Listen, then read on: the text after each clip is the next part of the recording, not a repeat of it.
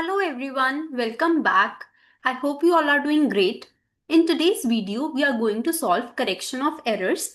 So this topic is really very interesting and fun too, and it all depends upon how you make journal entries. If you are good at making journal entries, you'll find this topic really very easy. So we are going to do everything conceptually. We'll see what is the correct entry, what is the wrong entry which the accountant has passed, and how can we rectify that entry, right? So let's get started. We'll start with the first question, which is 330. Okay. So let's first read the requirement. What is Haseen's amended profit for the year 31 July 20x2? Okay. So the draft financial statement for the year ended 31 July 20x0 shows a profit of this prior to correction of the errors. So we have profit right now of 54250 and there are few errors. So we have to adjust these errors so that we can get the correct profit amount, right? So let us see the first error which they have made.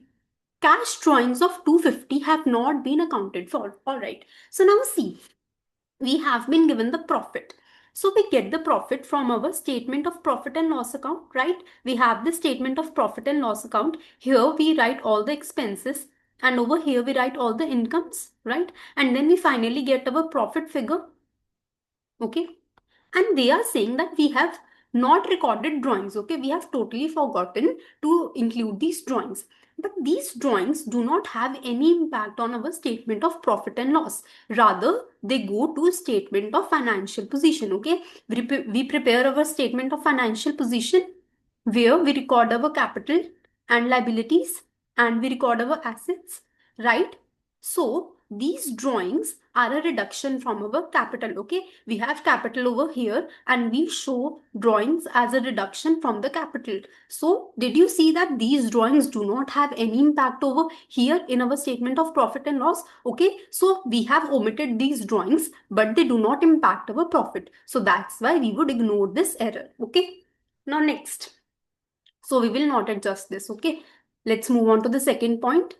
Debts amounting to 420, which were provided against in full during the year, should have been written off as an irrecoverable. Okay, so we have debts, which means that we had to collect rupee dollar 420 from our trade receivables. Okay, so provided against full means that we have made a provision. Okay, making a provision means we have shown it that we have made a provision. Okay, we have already included an amount of 420 over here, right? But they said that we had to write them off. That is, we have to show our bad debts over here. See, this is our statement of profit and loss. We have already shown an allowance, okay? This 54250 includes this allowance. But they said that instead of this allowance, we have to show bad debts. So did you see that it is only a change of name, okay? The amount of 420 we included prior, okay? We have already included this 420, so we need not adjust. This is only a change in the name, okay? Earlier we were showing it by the name of allowance and now we have to show it by the name of bad debts, okay? So we have already made the adjustment, okay? It's only the name which is different, so that's why we will not adjust our profit for this adjustment as well, right? Next, rental income of 300 has been classified as interest receivable. This is similar. Understand that we received the income, okay, which was interest. So it would come over here. We had to show interest receivable of 300, but we wrote it as rental income. So will it impact our profits? We had to show 300 and we have still shown 300. It is only the name which we have given wrong. Okay, we have taken the wrong account, but it will not impact our profits because we have to increase our profits by 300. Okay, we have to increase our income by 300 and we did so. Although the name was wrong, okay, we have to pass a journal entry to correct this name, to correct the account, but it won't impact the profits. Similar thing happened over here, okay? This 420 has already been taken into account. It was just the name that was wrong, okay? So similarly, 300 has been taken into account. We have already included it, but only the name is wrong, okay? So we will ignore this as well, okay? So ignore this. Last, on the last day of the counting period, 200 in cash was received from a credit customer, but no accounting entries have been passed. Okay, if we are receiving any cash, so what entry would be passed? We will pass cash because we are getting cash, so cash debit, and we are getting it from a credit customer, so we must have a trade receivable account. So when we have received it, so we will credit it, so credit trade receivable by the amount of 200. So this cash and this trade receivable will not have any impact in our statement of profit and loss from where we get the profit, because both these items are a part of statement of financial position. Okay, both these are our assets and assets go to the statement of financial position. So again, this entry also does not have any impact on our profits. So that's why our answer would be the same, 54250, which is option number C. Okay, any of these errors did not have any impact on our profits, right? Let's move forward. Which of the following statements is correct? Okay, the bookkeeper of High Hurdles was instructed to make a contra entry for 270 between payables and receivables. The bookkeeper recorded the transaction by debiting receivables and crediting payables. So understand this, contra entry means that we have some mutual balance. Suppose this is me, okay, this is me and this is you. I have to give you rupees 200 and you have to give me rupees 100. So instead of me giving you rupees 200 and you giving me rupees 100, what would I say? That I will pay you the balance. I'll just pay you the balance, which is rupees 100. Okay. This is common sense, right? I hope you have understood. So contra means this only, that we both owe each other some amount. Okay.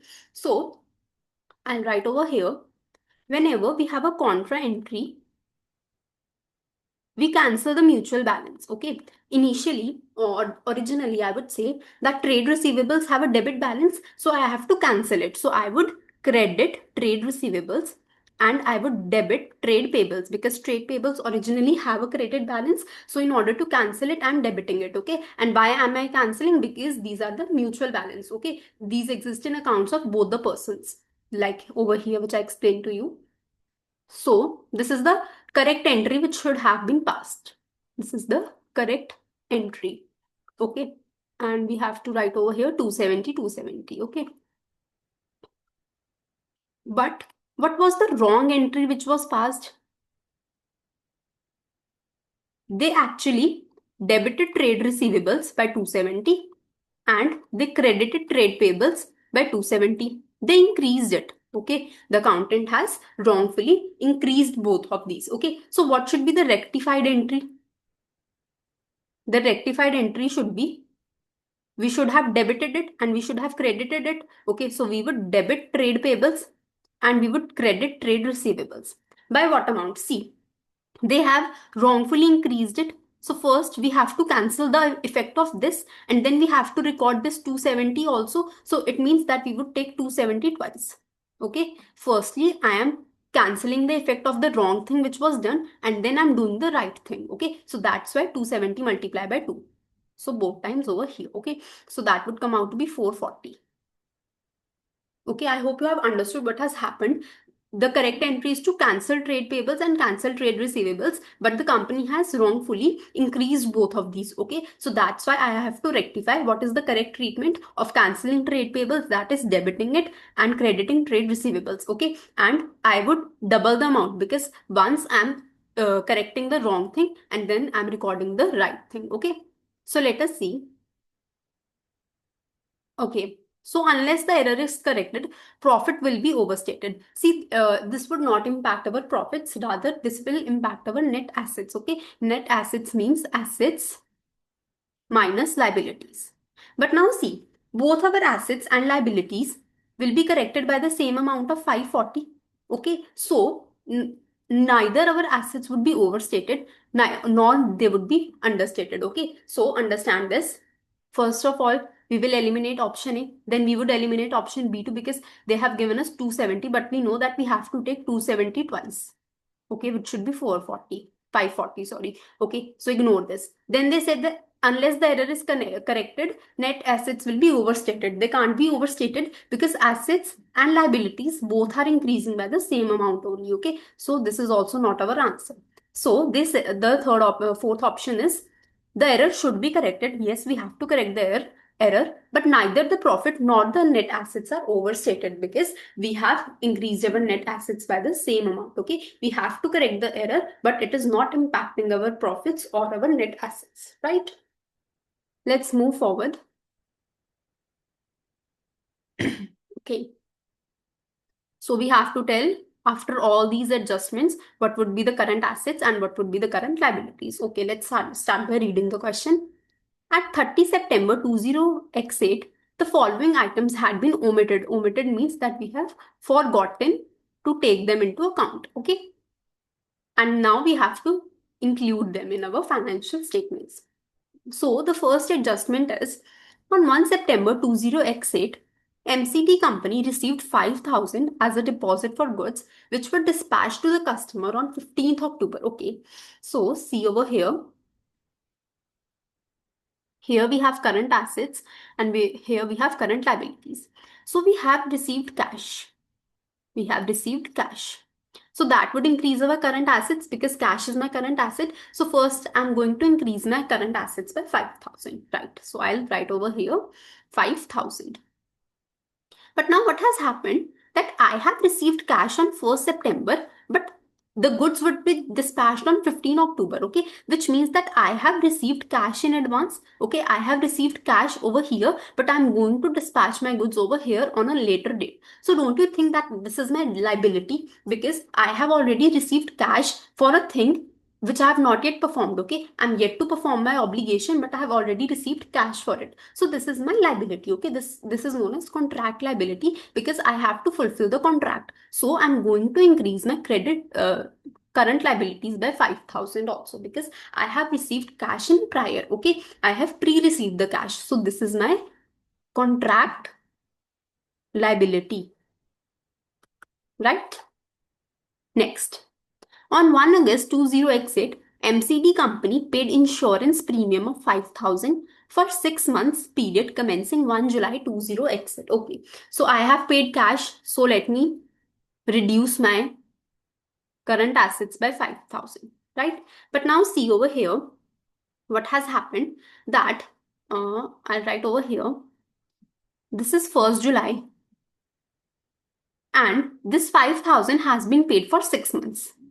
For July, August, September, which is our year end, then October, November, December. Okay. So till September over here, it is fine that I have paid the insurance premium because this relates to the current year. Okay. But the months of October, November, and December, these are after my current year. Okay. This is the next financial year, I would say. Okay. This is the next financial year. So I have prepaid some amount. Okay, I have paid the entire amount of 5,000 over here, which means that I have prepaid for 3 months. Since I have prepaid for 3 months, which is October, November, December. So this should be my current asset, right? Because this 5,000 does not belong to this entire period. I hope you are getting the point that I have prepaid some amount for 3 months, October, November, December, because these do not fall in our current year. Okay, so that's why I will calculate my current asset. 5,000 is the entire amount for 6 months. Okay, and what is the prepaid amount for 3 months? To calculate this, I'll multiply it by 3. Okay, so this would come out to be 2,500. Okay, so this 2,500 is the prepaid amount. So this would be our current asset because we have paid this in advance. So I will increase my current assets by 2,500, right? Let's see our last adjustment. On 1st April 20x8, MCD company raised a 5-year bank loan of rupees 12,000. So that would increase my cash. So right over here 12,000. Okay. Let's read further. Which is repayable in a single capital sum at the end of loan term. Okay. So it means that we are not paying any cash. So we will not reduce our current assets right now. Interest is payable on the loan annually in arrears at 5%, but we have to pay interest on this loan. So see, I'll draw the timeline over here. So this is 1st April 20x8 and over here I have raised a loan of 12,000 and the interest on this is 5%, and I'm going to pay it in arrears. That is, once 12 months elapse. That is on, I'll pay it on 30th March 20x9. But before that, this is 30th March 20x9. But before that, our current year end would fall. That is 30 September would fall over here. Okay. So there would be some interest that will accrue for this period, but I'm going to pay it over here. So this is my accrued interest. And in accrued interest is our liability. Okay, like over here, this was our asset because we have prepaid it. So similarly, it is our liability over here. This was asset because we prepaid, but this is liability because we are going to pay it on a later date, right? So see, first let us calculate interest for entire year. This would be 12,000 into 5%.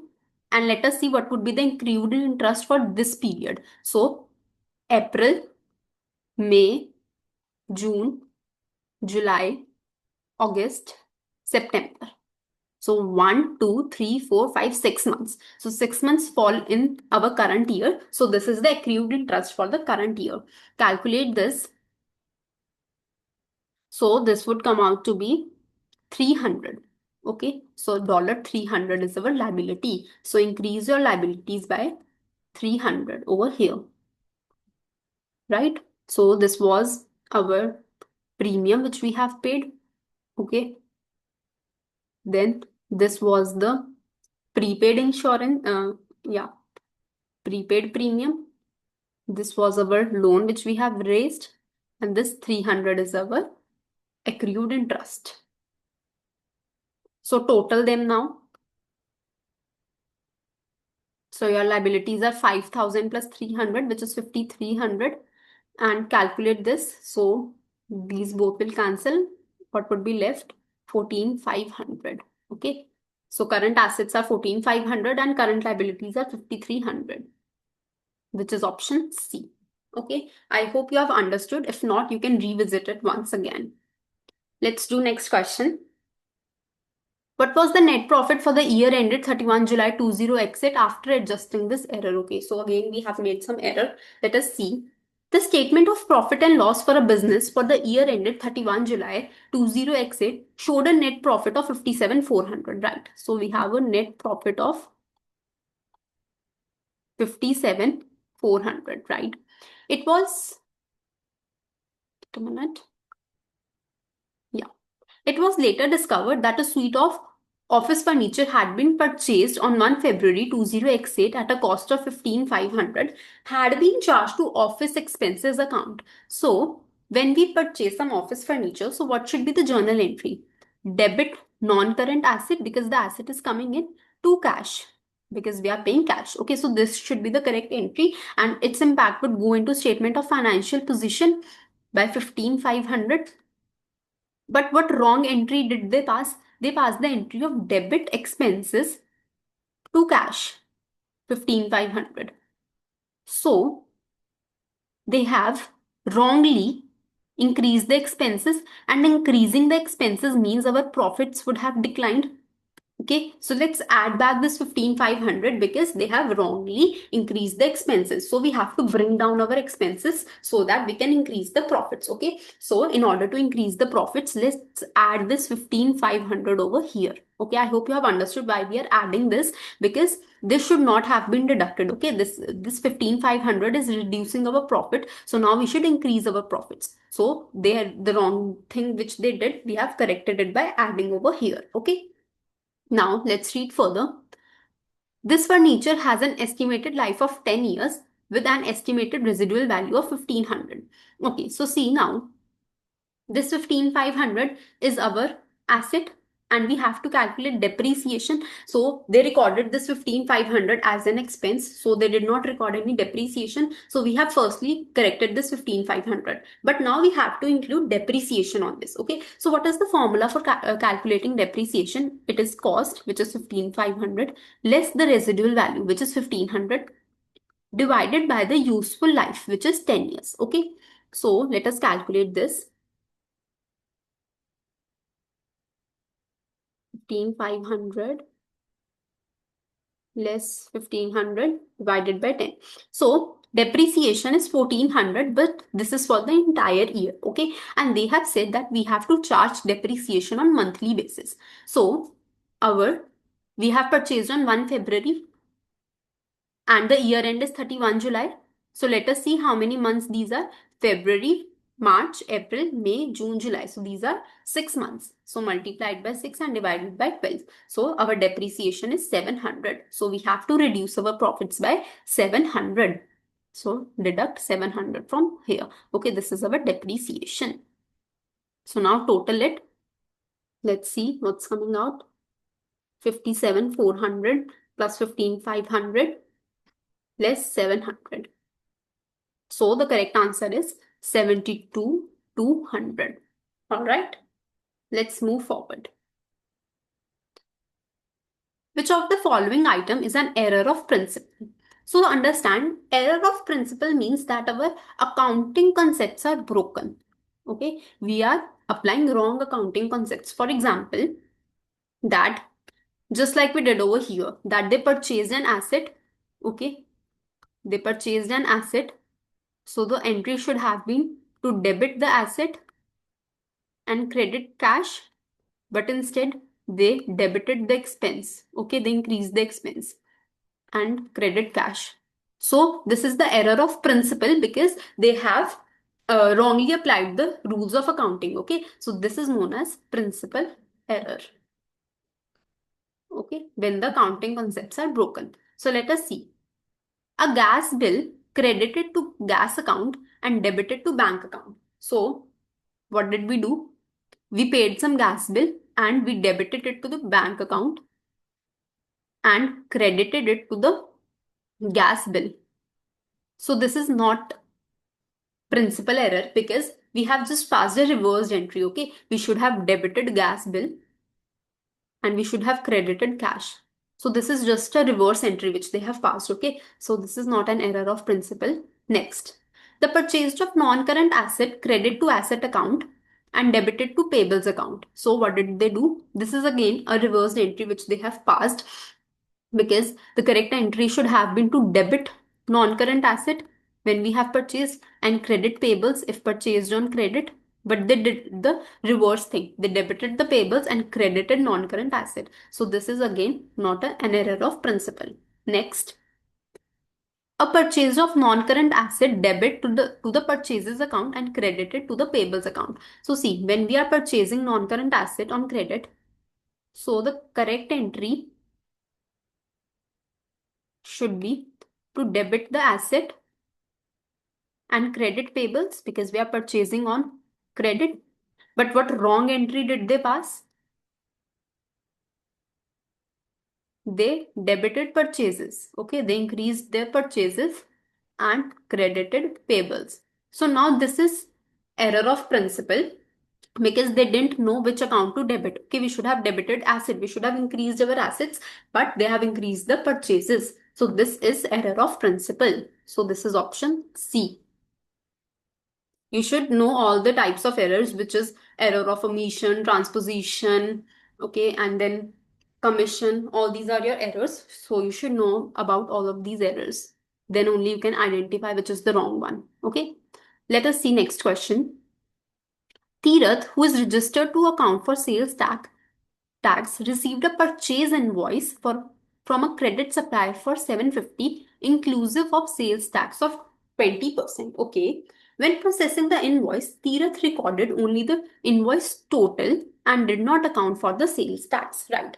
So now in this question, we have to follow a procedure. First, we are going to make a correct entry. Then we are going to see what was the wrong entry which was passed. And then finally, we are going to pass a rectified entry. Okay, so let us see now. So purchases have been made of 750 and this includes tax of 20%. Okay, so let us first find the cost of purchases because this 750 includes cost as well as tax of 20%. Okay, So I'm saying that first we have to calculate this cost to pass the correct entry. So see, we'll say let the cost be x. Okay, let it be x. Then to this x we will add 20% of x to because we are charging tax on cost only. So add 20% of x. Then we will get our amount of 750, right? So our x would come out to be x plus 1 by 5 of x is equals to 750, which implies 750 into 5 upon 6. Okay, so let's see what is our x. This is 750 into 5 upon 6. 625. It means that our cost is 625 and tax is, this is the cost, and tax would be 625's 20%, which is 125. So when you will add these both, you will see that you are getting 750 only. Okay. So the first step is to calculate the cost as well as the tax. So now let's pass the journal entry. Since we are purchasing goods, so debit purchases, and we will pay certain tax. So debit sales tax. We just calculated the amount. For the purchases, the cost was 625 and the sales tax was 125. And let's check whether it was purchased on credit or on cash. Okay, from a credit supplier. Fine. So we will credit payables. So we are going to credit it by the entire amount of 750. Okay, so this is the correct entry. Let's see what is the wrong thing which they have done. So when processing the invoice, Tirath recorded only the invoice total and did not account for the sales tax. Okay, fine. They did not record the sales tax. So let's write over here. He debited purchases by and credited payables. Let's see the amount.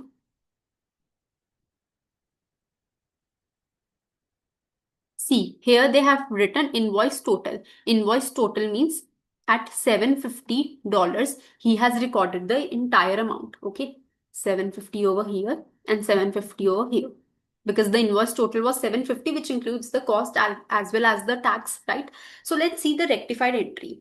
So in the credit, we have payables. Here also we have payables. So this is the right thing. Okay. Here in the correct entry, we have credited payables, and in the wrong entry also we have credited payables. So this is the right thing. So ignore this. This payables, ignore this. Now let us move to the debit side.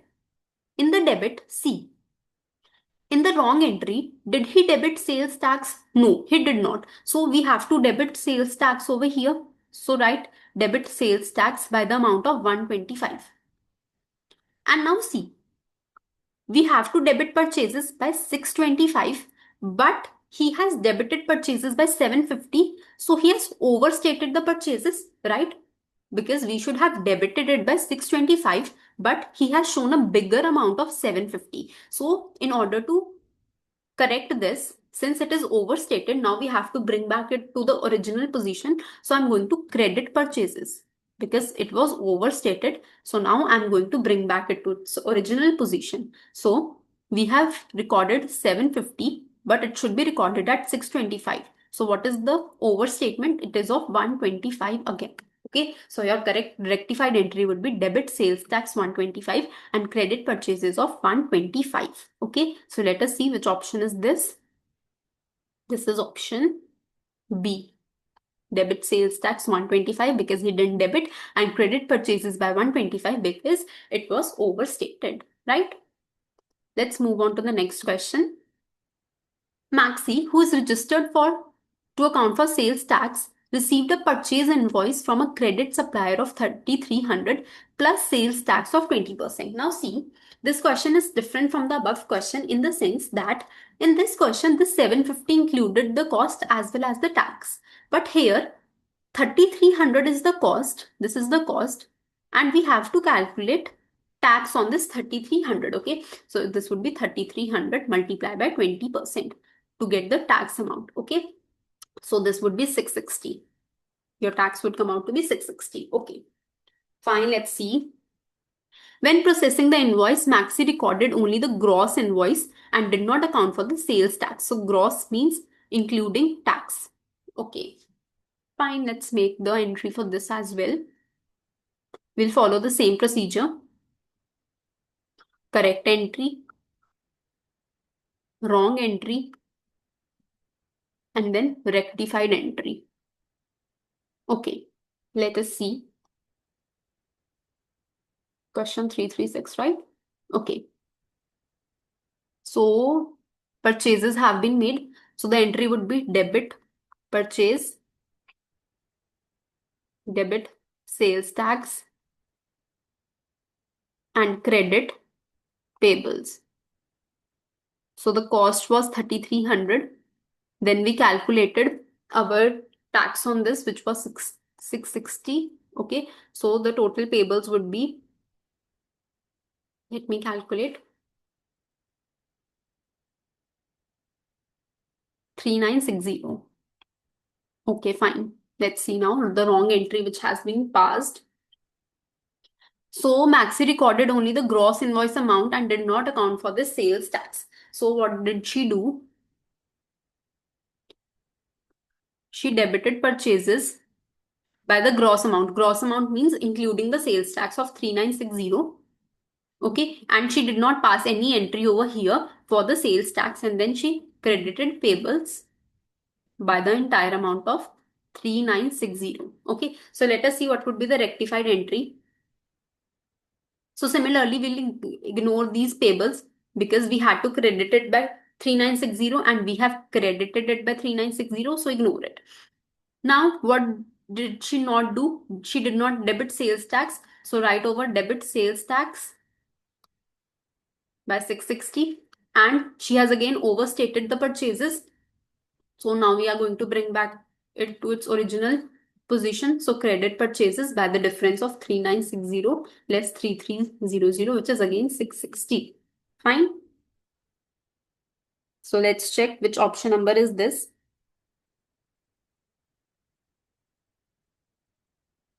Debit sales tax, credit purchases 660. This is option D. Okay.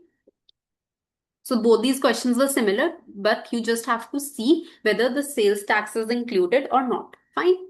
Let's move forward. Aztec Company revalued its land on 30 June from 60,000 to 85,000. The entry in the non-current asset account was correctly accounted. Okay, fine. First, let us pass the correct entry. Whenever we revalue our assets, so the asset would increase. So we would debit non-current asset and we would credit revaluation surplus because our revaluation surplus is increasing. So this is the correct entry, and this should be by 15,000, the difference, because the original amount was 60,000 and it has increased to 85,000. So I took the difference over here. So the entry in the non-current account was correctly accounted for and the other entry recorded in retained earnings. So what wrong did they do? This debit thing, they did right of recording it 15,000, but in credit, they wrote retained earnings 15,000. So we can easily pass the rectified entry. So ignore this debit non-current asset because this was correctly done. What we have to do? We have to credit revaluation surplus. So in your rectified entry, write credit revaluation surplus. And we have wrongly increased our retained earnings. Okay, by crediting it, we have wrongly increased it. So now we have to debit it to bring back it to its original position. So debit retained earnings. And the amount would be the difference. It should not be 15, sorry, it should be 25. Okay. So which option is this? Let's check. This is option B. Okay. Reducing the retained earnings and increasing our revaluation surplus. Fine. Let's move on to the next question.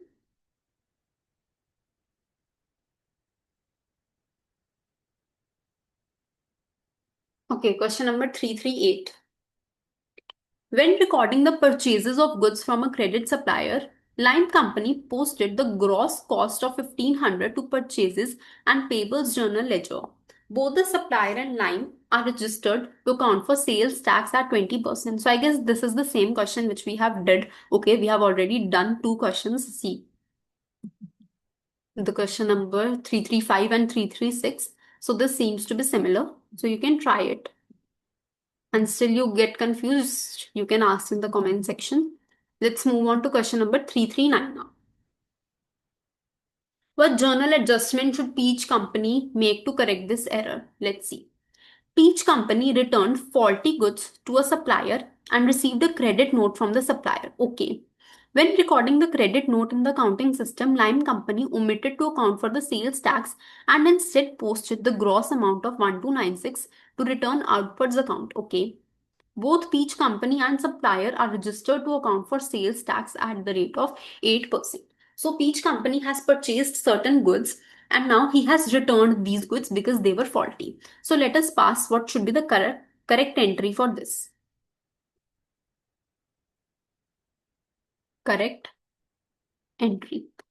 So since we have returned the goods, so that would reduce my payables. So debit payables. Okay. So the gross amount was 1296. So it means it is gross. It means it includes this 8% as well. Okay, fine. Now, since we will not pay any tax on this, so we are going to credit tax, sales tax, because we have returned the goods. So why should we pay tax? So decrease this tax amount and we will credit our purchase. You can write purchase returns, or because we have returned the goods, so they should be return outwards. Return outwards because now the goods are going outside the organization, right? So now let's calculate the amount first. We will do the same working. Let the cost be x. So x plus 8% of x give us, what was the amount? 1296. 1296. Okay. So let's see what would be the cost. 1296 into 100 upon 108. Right.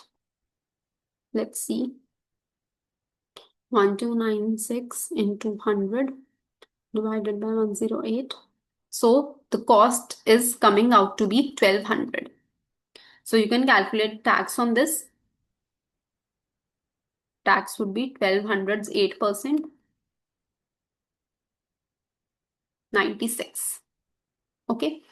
So over here, write 1200, 96 and the gross amount of 1296 over here, right? Fine. It's the next question which we are doing. I'm really sorry for the mess, but I hope you are understanding what we are doing. Now let's pass the wrong entry. Let's see the wrong entry. Lime Company omitted to account for the sales tax, instead posted the gross amount to return outwards account. So again, what they have done, they debited payables by 1296, but they ignored the sales tax and instead credited return outwards by this entire amount of 1296. So we can easily pass the rectified entry. The rectified entry is to credit our sales tax. Sorry.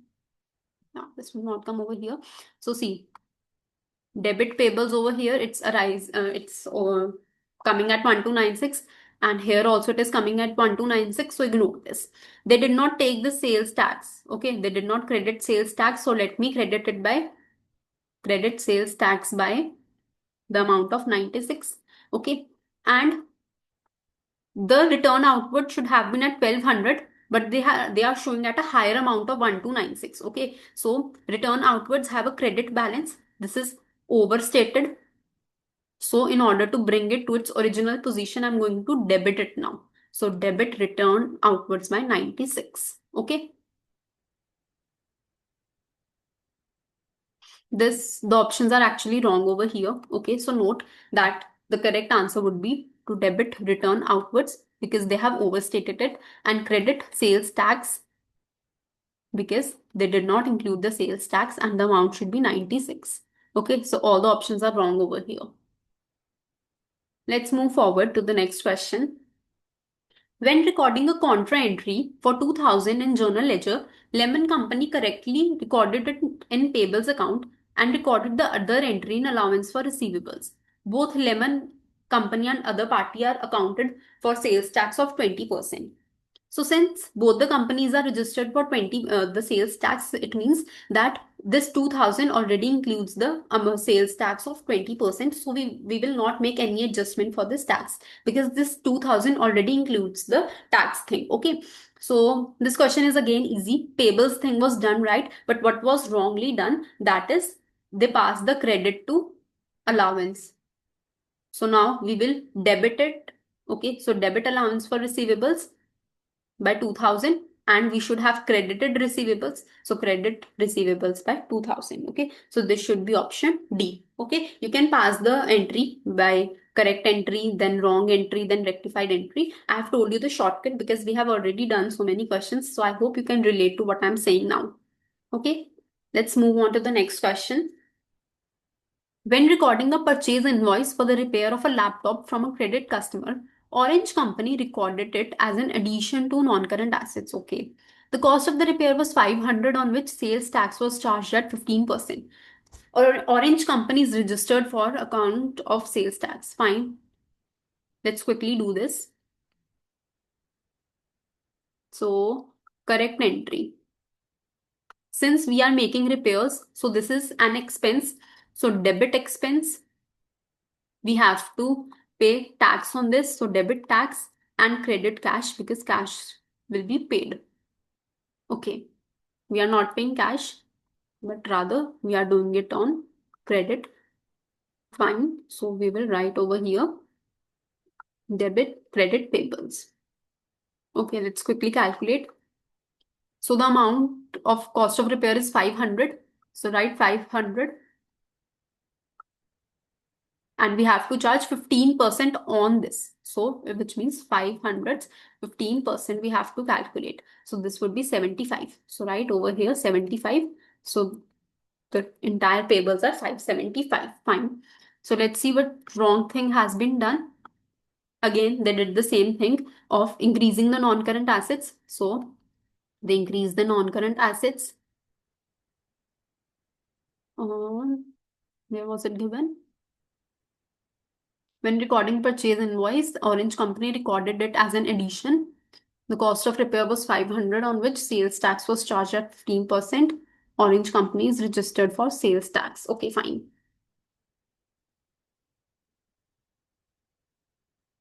Give me 1 second. This is question number 341. Okay, fine.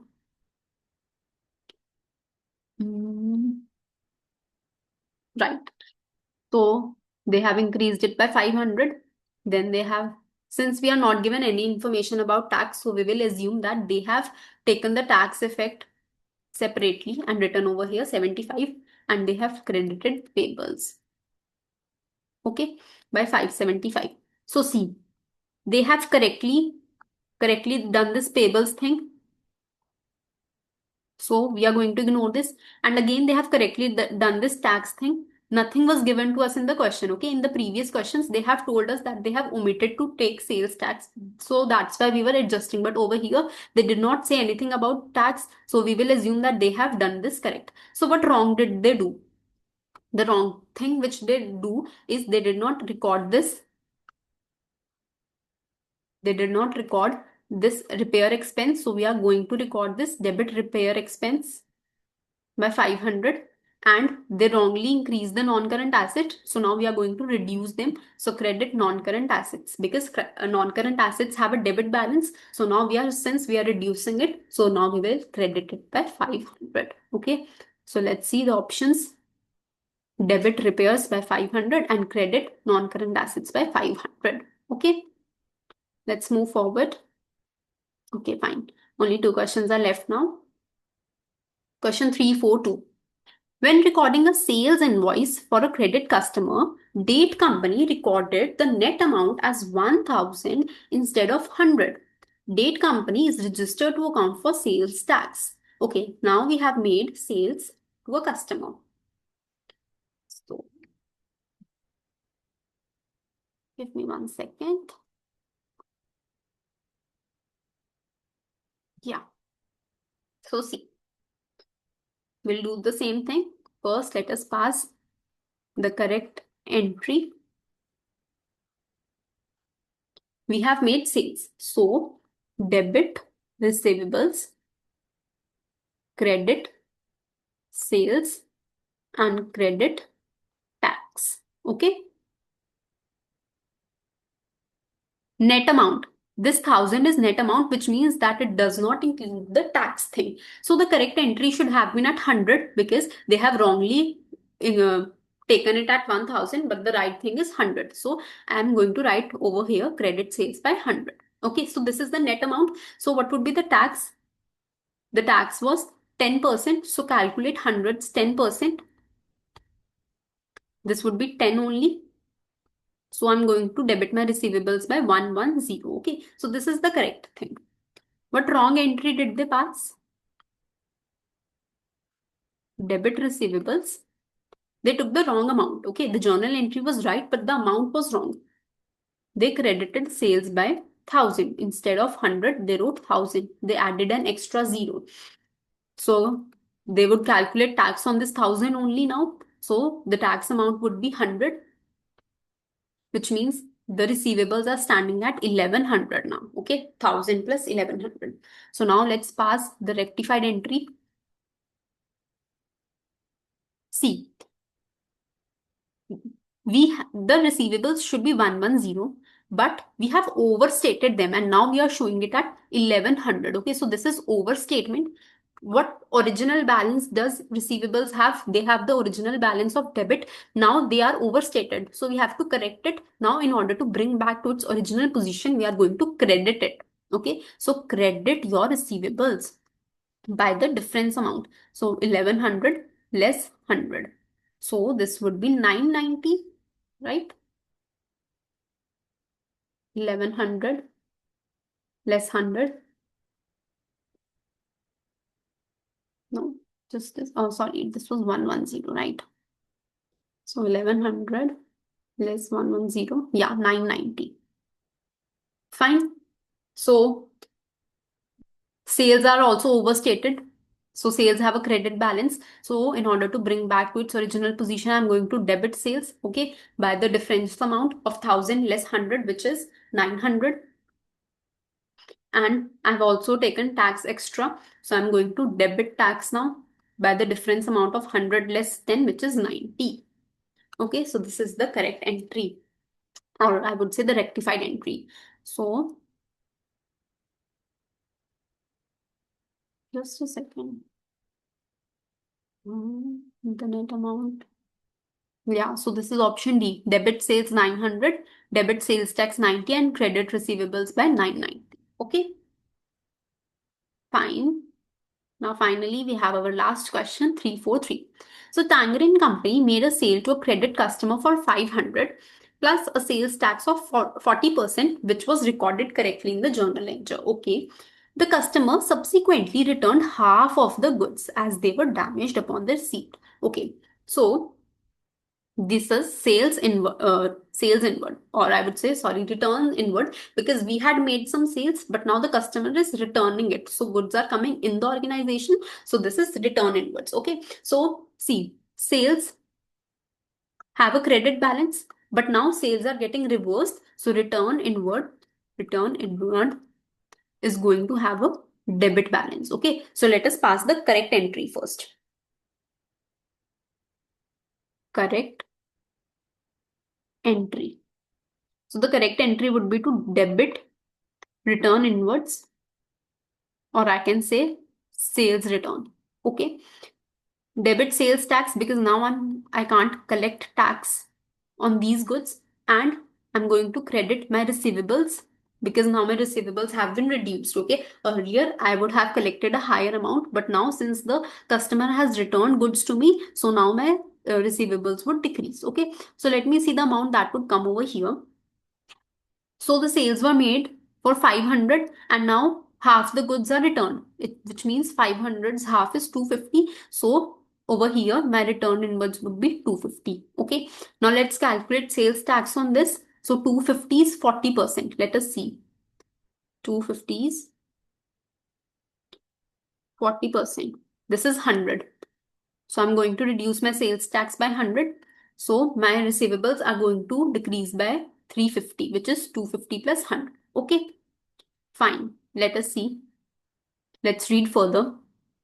The entry for the credit note in the receivables account was made correctly, and the other entry was made for the same account in return for the same amount in the return inwards account. So read this very carefully. What they said, that this receivable thing was done right. Okay. They credited receivables by 350 only. But what did they do? They omitted the sales tax and instead recorded this return inwards at the same amount of receivables. What was the amount of receivables? This was 350 only. Okay. So they did this thing. So this is the wrong entry. I'll make you read the question once again. C. The entry for credit note in the receivables account was made correctly. So this thing was done rightly. Okay. But the other entry, which means the debit, was made for the same amount. Same amount means the amount which appears in the receivable amount in the return inward. Okay, so they wrote return inwards at 350. So let us pass the rectified entry. So again, ignore this receivables because this was done correctly. But what did they ignore? They omitted this sales tax. So now I'm going to write this debit sales tax by 100, and they have overstated the return inwards. They are showing it at 350, but they should be at 250 only, since these return inwards have a debit balance. So and they are overstated. So now I'm going to bring back them to their original position. So I'm going to credit them. So credit return inwards by 100. Okay. So debit sales tax and credit return inwards. So debit sales tax 100 and return inwards also 100. Okay. Fine. So we did all the questions. I hope you have understood them. And still, if you have any doubt, you can ask in the comment section. And if you found this video helpful, kindly like and subscribe. Thanks for watching. Bye bye.